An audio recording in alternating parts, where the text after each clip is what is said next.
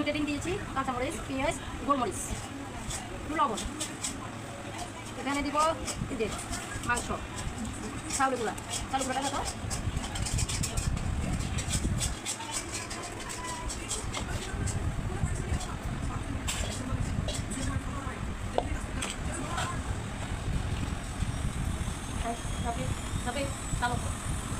যেগুলো চাউলগুলো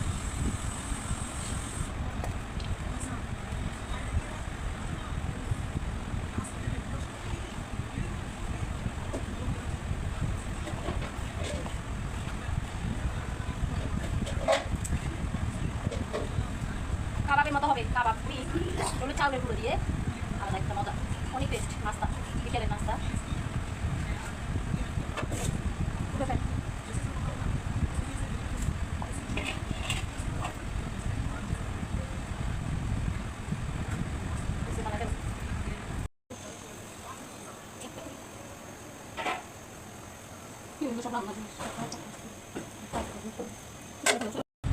আর মাংসর পিঠে এটা আমি চাউলের গুঁড়ো দিয়েছি, কাঁচামরিচ দিয়েছি, পেঁয়াজ দিয়েছি আর গোলমরিচের গুঁড়া দিয়েছি।